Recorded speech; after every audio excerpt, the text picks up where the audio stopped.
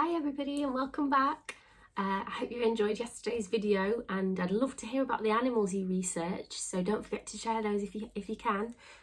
Today we're going to do the same thing, the same structure, so phonics, maths, English and then a little bit of topic at the end. Okay, should we get going? I've made some little cards just to help us structure the day. So the first bit, we're going to start with a stretch and a warm-up. Then we're going to move on to some phonics, and there's Lima with his phonics hat. So I'll put that one next. Stretch, then phonics. Then we're going to do some maths. So I've drawn some maths equipment and things on here as well. Put that one next. Then we're going to do some English, which is all things like writing and sometimes drawing pictures and spelling, things like that. And then we're going to finish off with a bit of topic. That's usually the activities where we learn about the world or animals or people that have done special things. So this is what the day will look like. We've got stretch, warm-up, phonics, maths, English and topic. Any grown-ups that are watching, this is what we do in school. It's called a visual timetable, and it just helps the children to know what to expect at each point in the day. So maybe you could make one of these at home and schedule some breaks in there. It might be useful. Okay, thank you. Find the space and let's stretch up. Stretch out.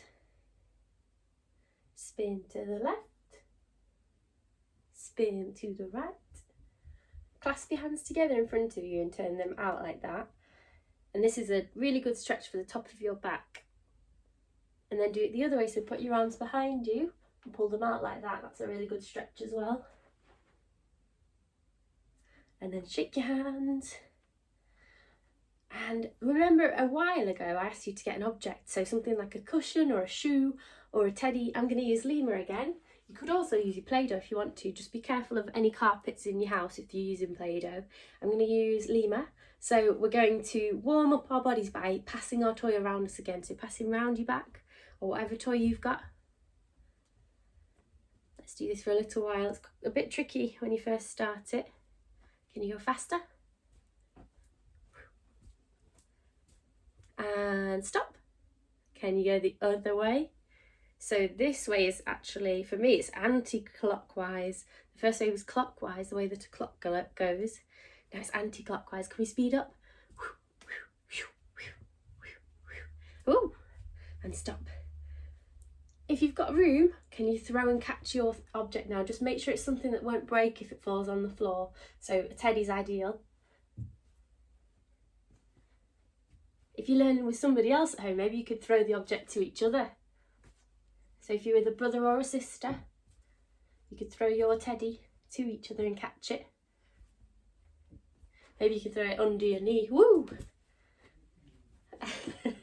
That's a bit trickier.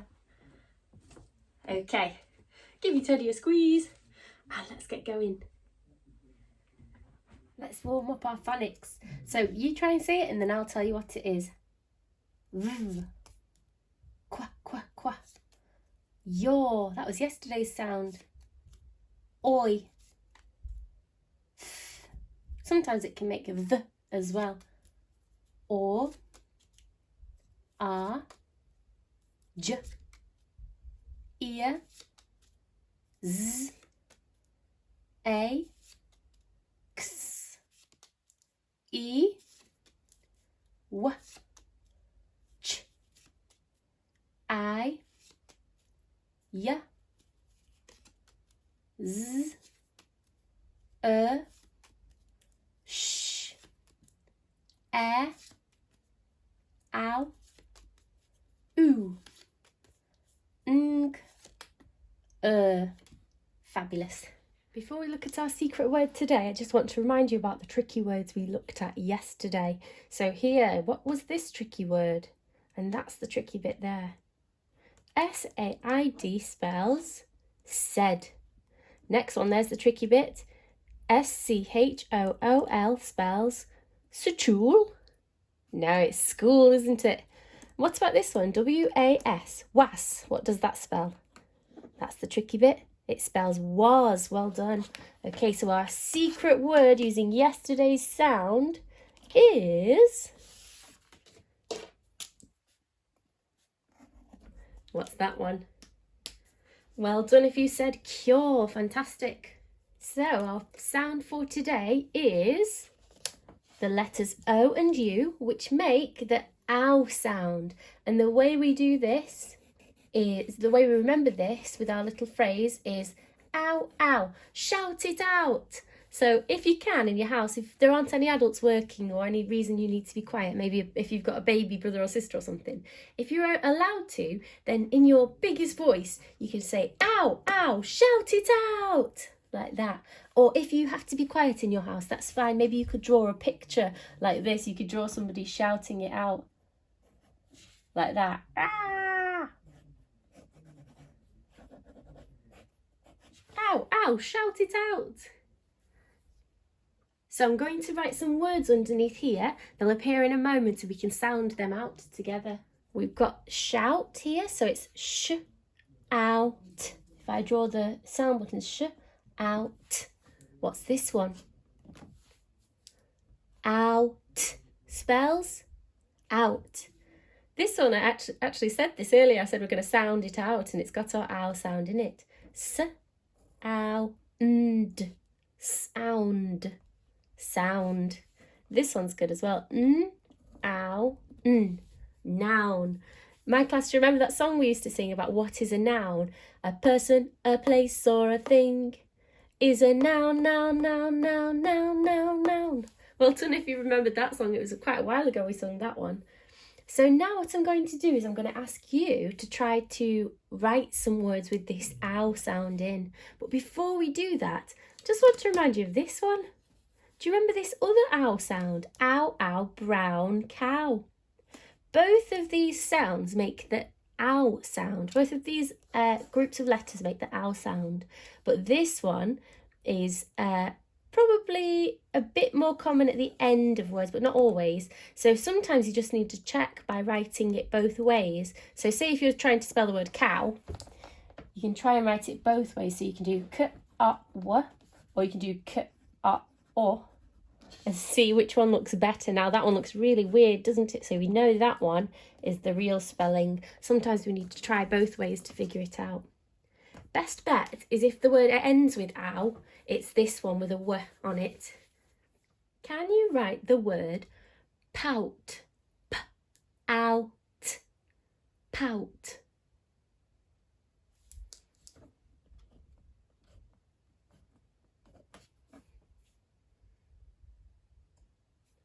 Okay, so it's P-O-U-T.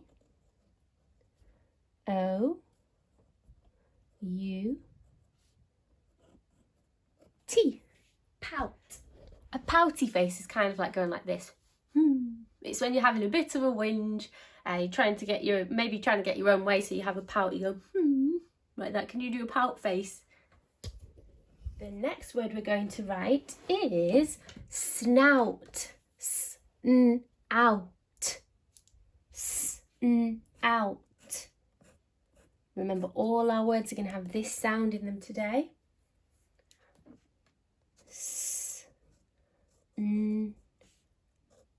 Ow. Can you think of an animal that has a snout? The first animal I thought of was this one. Can you remember? We drew this one before. A pig has a snout, doesn't it? A snout just means this part of their nose, this section here. We're going to do one more ow word now. Okay, I'm going to make it a bit harder. Your word is about. A-b-out. About.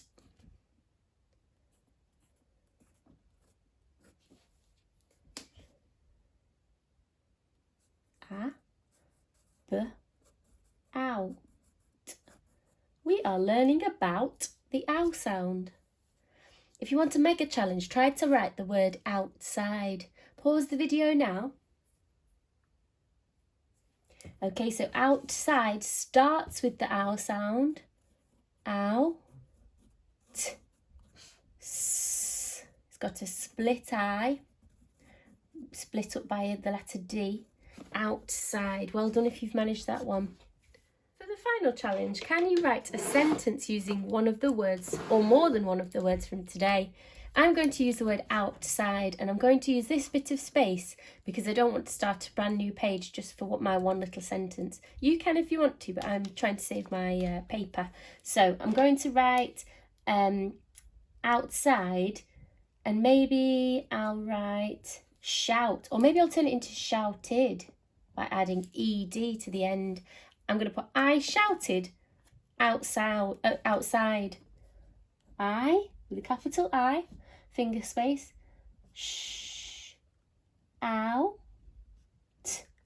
id. I shouted out,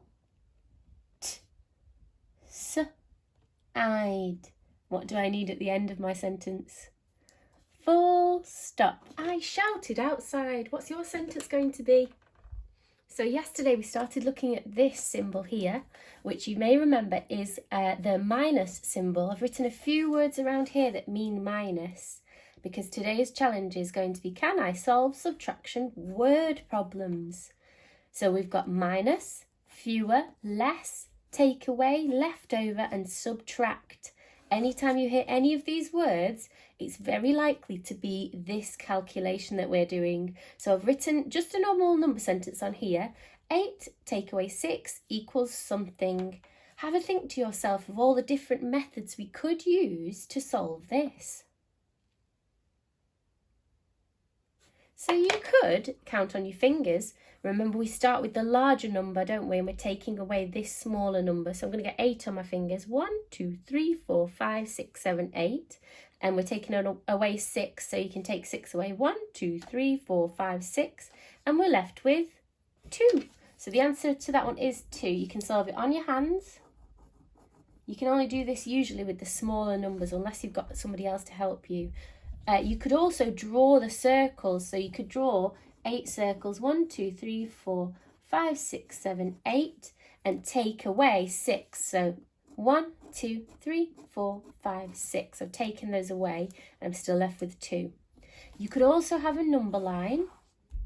So this one I just need 1 to 10. 5 in the middle, 2, 3, 4, 5, 6, 7, 8, 9, 10. We start on 8. I'm going to get my little paper and arrow again, like we did last time.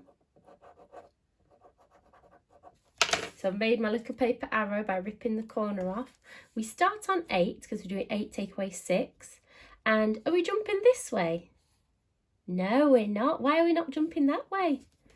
Can you see the numbers get greater as you go this way? But when we're taking away, we're getting less. We're losing some of the value, so we're getting fewer. So point to 8, and we're going to jump back 6 times. 1, 2, 3, 4, 5, 6. We still landed on 2. The answer's the same, whatever method you use. You can also use your Play-Doh splatting method. I'll show you that one again. So say if we have 8 to take away 6, you make 8 Play-Doh balls. 1, 2, 3, 4, 5, 6, 7, 8. And how many are we going to splat? 6. 1, 2, 3, 4, 5, 6. And we're left with 2.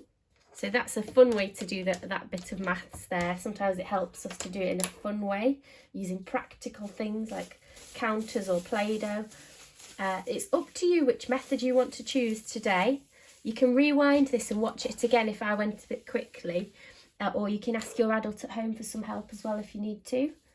What I'm going to do is I'm going to write a word problem on here that we can solve together, and then I'm going to set you some word problem challenges on this side to try alone. Okay, so this word problem says Lima has 12 bananas. He eats 4. How many bananas are left? So on my question, the first thing I want to do is underline the important bits. Really pay attention for this bit, it will help you. So Lima has 12 bananas. I'm going to underline the numbers. He eats 4. Does that mean the number 12 is going to get bigger, or is he going to lose some from the number 12? Have a think. The last bit says, how many bananas are left? Left sounds like leftover. That's one of our subtraction words. So that is another clue that the calculation we're going to be doing is take away or subtract. So we're starting with 12 and we're subtracting 4. see if you can work out now how we solve that. You can choose any method you want. You can do the Play-Doh method as well. And pause the video now to try and work it out. Okay, so if you worked it out, you know that the calculation we're doing is 12 take away 4 or minus 4 equals 8. The answer was 8. Give yourself a tick. Another method I've just remembered is you can get the number 12 in your head and count back 4. It's a bit like using the number line, but just doing it in your head. If you're ready for that one, that's absolutely fine. You can do that one. So if you use your Play-Doh, you will have made 12 Play-Doh balls and smashed 4 of them to end up with 8. You can't do the counting on your hands one because it's too big. You could draw the maths picture as well. Okay, so I'm going to set you some challenges on here for you to have a try at now. So I've zoomed right in on the challenges for today. It says your challenge. We've got easier but still tricky, harder, and the mega challenge underneath. So I'll read each one, and if you want to do them, you can hear me read them and then pause the video and try and solve it. You might want to do all of them, or you might want to start at a particular one. It's up to you. My class and Miss H's class, we've sent out some word problems this week as well. So if you want an extra challenge, you can try those ones.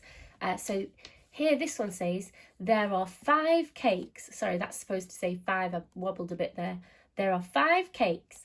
2 get eaten. How many cakes are left over? Remember to underline the important bits in a colour. The next one says, there are 27 kittens. 7 kittens are sold. How many are left? The bus has 25 people on it. 8 people get off the bus. How many are left? Then the mega challenge. There are 20 balls of Play-Doh. 6 get squashed. Then 3 get squashed. How many balls are left? The plane has 30 passengers. 10 get off at Spain. 5 get off at Portugal. How many passengers are still on the plane? Pause the video now and have a little go at those ones. The answer to the first one, it was 5 subtract 2, which equals 3. Give yourself a tick. The second one, 27 subtract 7 equals 20. The next one, the bus has 25 people and 8 get off, so that's 25 minus 8. I'm saying minus and subtract because they both mean the same thing. 25 minus 8 equals 17. Give yourself a tick if you got that one. This one's harder because it's got 1, 2, 3 numbers in. So it's 20, take away 6, and then take away 3. This is what your number sentence would look like. 20, take away 6, take away 3 equals something. So 20 take away 6 is 14. I'm just going to write that there as a note. 14 take away 3 equals 11. Well done if you got that one. Next one, the plane has 30 passengers, 10 get off at Spain, 5 get off at Portugal. How many passengers are still on the plane? We've got 30 minus 10 minus 5 equals something.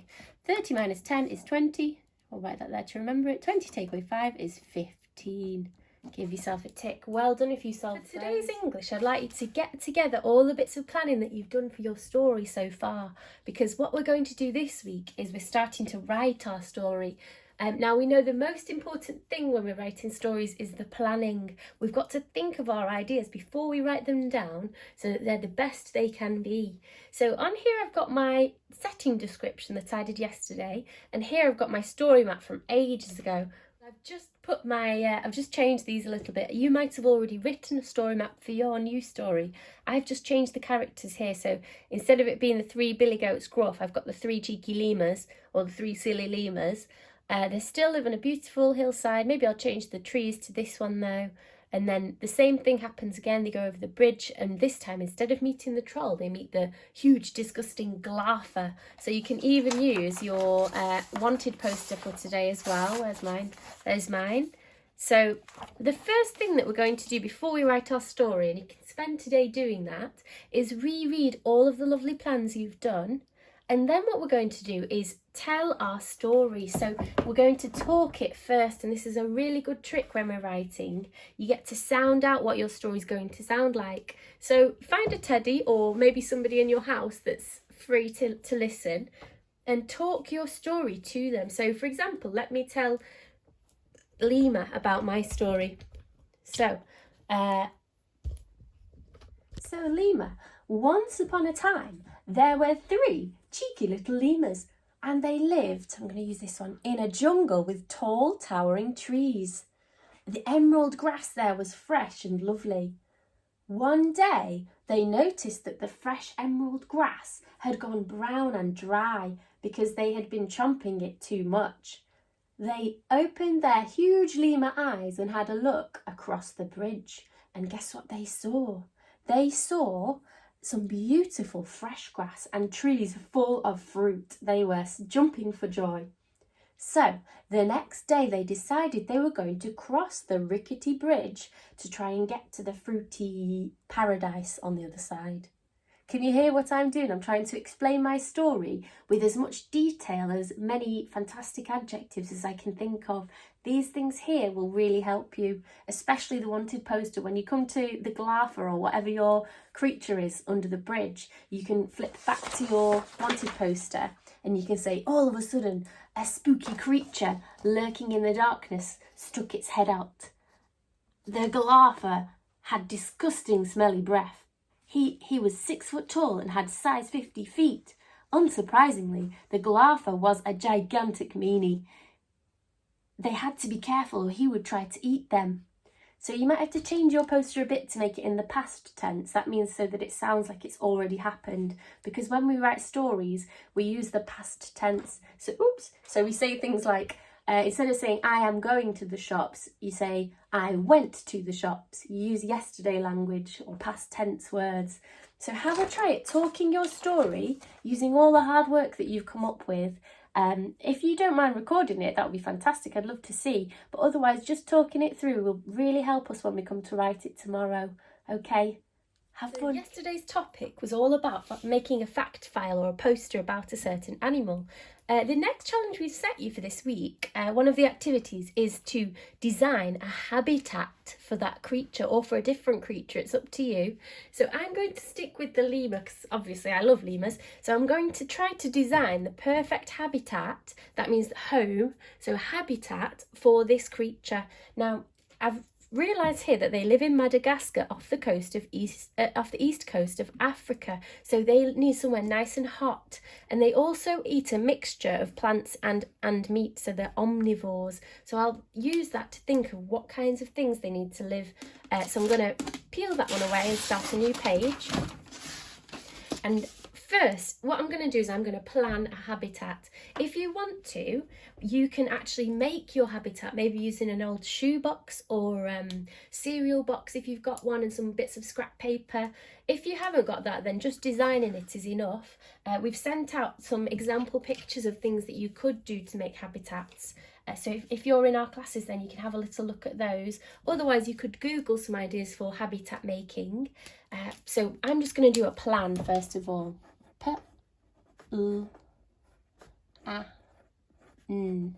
Plan.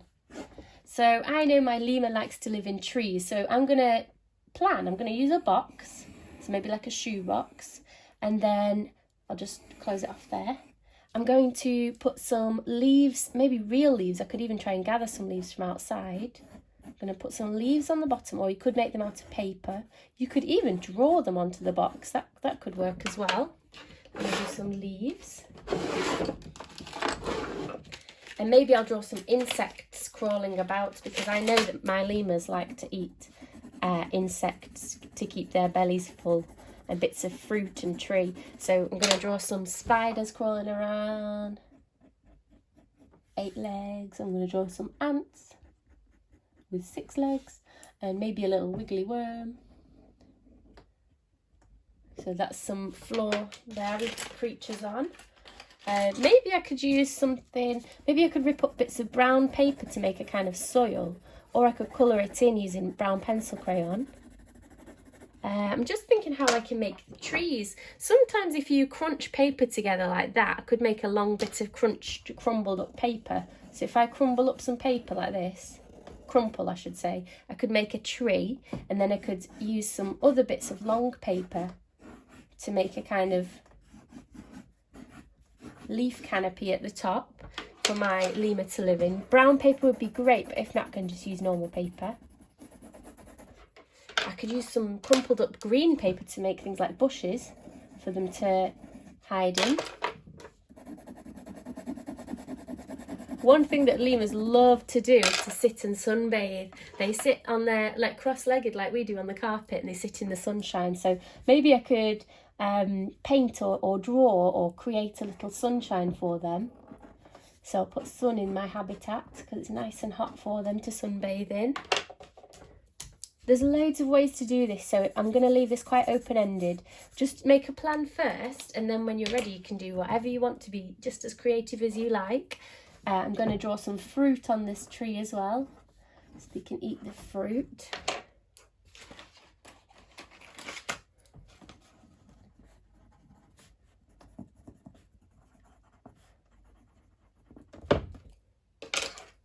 Okay, so I could make some more trees, I could do some more fruit or things for them to eat, or special plants.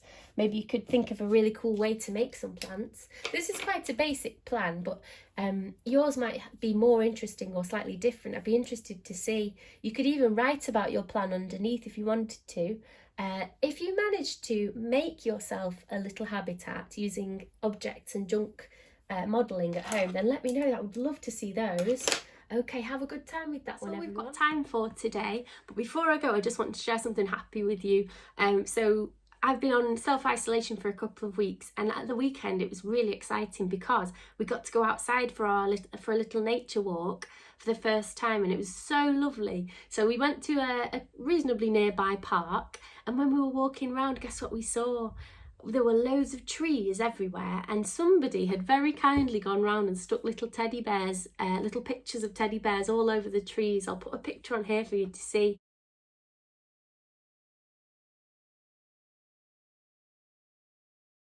I just thought that was so lovely and kind. It's really nice to see people being so kind at a time like this when things are a bit different. So if you have any happy stories like that to share, I'd love to hear them. Okay, take care, and I'll see you tomorrow.